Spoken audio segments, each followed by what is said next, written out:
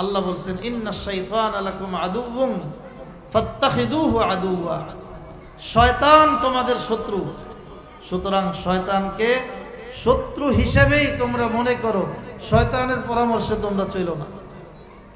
শয়তান কিভাবে শত্রুতা করে? কোরআনুল কারীমে আল্লাহ বলছেন ইস্তাহওয়াযা আলাইহিমুশ শাইতান ফাআনসাহুম যিকরাল্লাহ, শয়তান আমাদের উপর সওয়ার হয়, ভর করে, আমাদেরকে বিপদগামী করে, পথভ্রষ্ট করে। এর লক্ষণ কি? লক্ষণ হইল আল্লাহর জিকির করাকে ভুলিয়ে দেয়। মানুষ আল্লাহর জিকির করে না। এজন্য দেখেন, আপনি এবার নিজের সাথে হিসাব মিলান। 24 ঘন্টা সময় আল্লাহ আপনাকে দিয়েছিলেন, গত 24 ঘন্টায় 1000 বার জিকির করছি, এরকম একজন মানুষ এই মজমায় খুঁজে পাওয়া কষ্ট হবে। 24টা ঘন্টা আল্লাহর দেওয়া সময় মাল কামাই করছে, টাকা কামাই করছে, দুনিয়ার ধান্দা করছে, কিন্তু যেই মালিক চোখ দিলেন, যেই মালিক হাত দিলেন, যেই মালিক বিবেক দিলেন, যেই বিবেককে কাজে লাগায়া, যেই বিবেক খাটায়া আপনি মাল বাড়ান, ব্যবসা বাড়ান, আয় রোজগার বাড়ান, টাকা পয়সা কামাই করেন, ওই বিবেককে খাটায়া, ওই বিবেককে কাজে লাগায়া জিকির করছি 1000 বার মাত্র 24 ঘন্টায়। 1000 বার জিকির করতে 1 ঘন্টা সময়ও লাগে না, আধা ঘন্টাও লাগবে না 1000 বার জিকির করতে। এভাবেই চলছে আমাদের জীবন।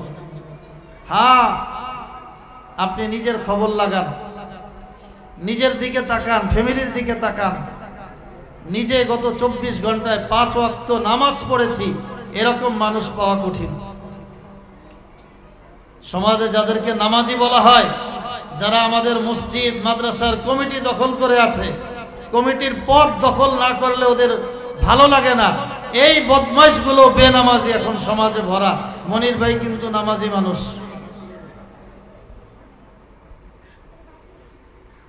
আজকে বেনামাজি, সুদখোর, ঘুষখোর, চাঁদাবাজ, এই সবগুলো আমাদের মসজিদ মাদ্রাসার পদ দখল করে। না বাইরে দিনের কথা বলা যায়, না মসজিদের ভিতরে এখন দিনের কথা বলা যায়। হালত চলছে এরকম।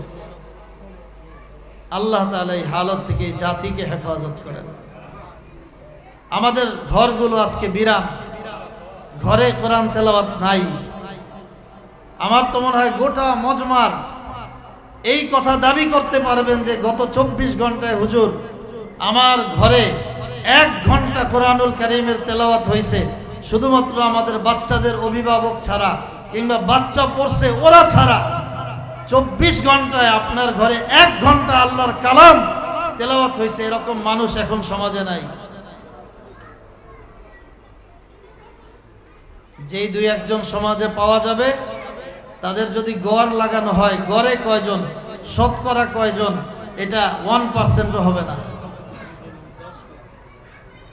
1000-এ 1 জন পাওয়া যাইতে পারে, লাখে 5 জন পাওয়া যাইতে পারে। এজন্য ভাইয়েরা আমার, এত সহজ ভাইবেন না যে আল্লাহ দুনিয়াতে এমনিতেই পাঠাইছে। এই চোখের হিসাব আল্লাহর কাছে দিতে হবে, এই সময়ের হিসাব আল্লাহর কাছে দিতে হবে। যত দিন, যত রাত, যত বছর, যত মাস আমার জীবন, এগুলো আমার যে সময়গুলো যাচ্ছে দুনিয়ায়, সবগুলোর হিসাব আল্লাহর কাছে দিতে হবে। হিসাব ছাড়া পার পাওয়ার কোনো সুযোগ নাই। পরকালে আমরা যখন জান্নাতে যাব ইনশাআল্লাহ, জান্নাতে যাব না? কে কে যাবেন ইনশাআল্লাহ? দেখি হাত দেখি তো, কে কে জান্নাতে যাবেন ইনশাআল্লাহ। আল্লাহ সবাইকে কবুল করুন। জান্নাতে যাওয়ার পরে মানুষের কোনো দুঃখ থাকবে না, কোনো বিপদ নাই, কোনো দুঃখ নাই, কোনো ঝামেলা নাই, কোনো টেনশন নাই, খাবারের চিন্তা নাই, বাসা ভাড়ার চিন্তা নাই, ওই গ্যাসের সিলিন্ডারের বোতল কেনার চিন্তা নাই, এমন কোনো টেনশন থাকবে না। তবে একটা আফসোস থাকবে, একটা আফসোস জান্নাতে গিয়েও থাকবে। কি আফসোস? ওই সময়ের জন্য আফসোস করবে বান্দা যেই সময়টা দুনিয়াতে আল্লাহর জিকির ছাড়া অযথা নষ্ট করেছে, ওই সময়ের জন্য আফসোস করবে, হায় যদি ওই সময় গল্প গুজব না করে, আড্ডাবাজি না করে, মোবাইলে সময় নষ্ট না করে, টিভির স্ক্রিনের দিকে তাকায়া তাকায়া সময় নষ্ট না করে আমি যদি জিকির করতাম, এক একটা জিকিরের মাধ্যমে, এক একবার জিকিরের মাধ্যমে আল্লাহর নবী হাদিসে বলেন গরিসাত লাহু নাখলাতুন ফিল জান্নাহ, জান্নাতে ওই বান্দার জন্য এক একটা গাছ লাগানো হয়। আমাদের নবী বিশ্বনবী মুহাম্মদুর রাসূলুল্লাহ সাল্লাল্লাহু আলাইহি ওয়াসাল্লাম যখন মেরাজে গেলেন, সপ্তম আকাশে ইব্রাহিম আলাইহিস সালামের সাথে সাক্ষাৎ করেছেন। ইব্রাহিম আলাইহিস সালাম আল্লাহর নবীকে বললেন, হে মুহাম্মদ, তুমি তোমার উম্মতকে জানায় দিও যে আল্লাহ তাআলা তোমার উম্মতের জন্য বিশাল সুন্দর, চমৎকার, আকর্ষণীয়, নান্দনিক, অনেক সুন্দর জান্নাত আল্লাহ তোমার উম্মতের জন্য বানায় রাখছে। সুবহানাল্লাহ কইবেন না? আর ইব্রাহিম আলাইহিস সালাম বললেন, আন্নাহা কিআনুন আন্নাল জান্নাহ তাইয়্যিবাতুত তুরবা ওয়া আযবাতুল মা ওয়া আন্নাহা কিআনুন। ইব্রাহিম আলাইহিস সালাম নবীকে বলেছেন, তবে এটাও শুনে রাখেন, জান্নাত হলো অনেক সুগন্ধিযুক্ত, সুশোভিত, সুগন্ধিযুক্ত মাটি, সুপেয় পানি, খুব মিষ্টি পানি জান্নাতে থাকবে। আর জান্নাত ওয়া আন্নাহা কিআনুন, জান্নাতের যে বিশাল এলাকা, এই এলাকাটা সমতল, উর্বর জমিন। এই জান্নাতের এলাকা সমতল, উর্বর জমিন আছে। আপনার জন্য জান্নাত বানানো, আমার জন্য জান্নাত বানানো, আলহামদুলিল্লাহ। এই জান্নাতটা উর্বর জমিন।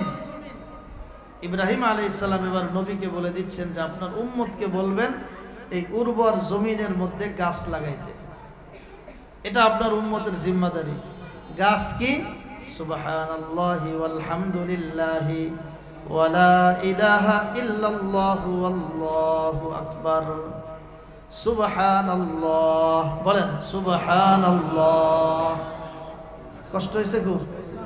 আবার সুবহানাল্লাহ, সুবহানাল্লাহ, সুবহানাল্লাহ, সুবহানাল্লাহ, সুবহানাল্লাহ, সুবহানাল্লাহ, সুবহানাল্লাহ, সুবহানাল্লাহ, সুবহানাল্লাহ, সুবহানাল্লাহ।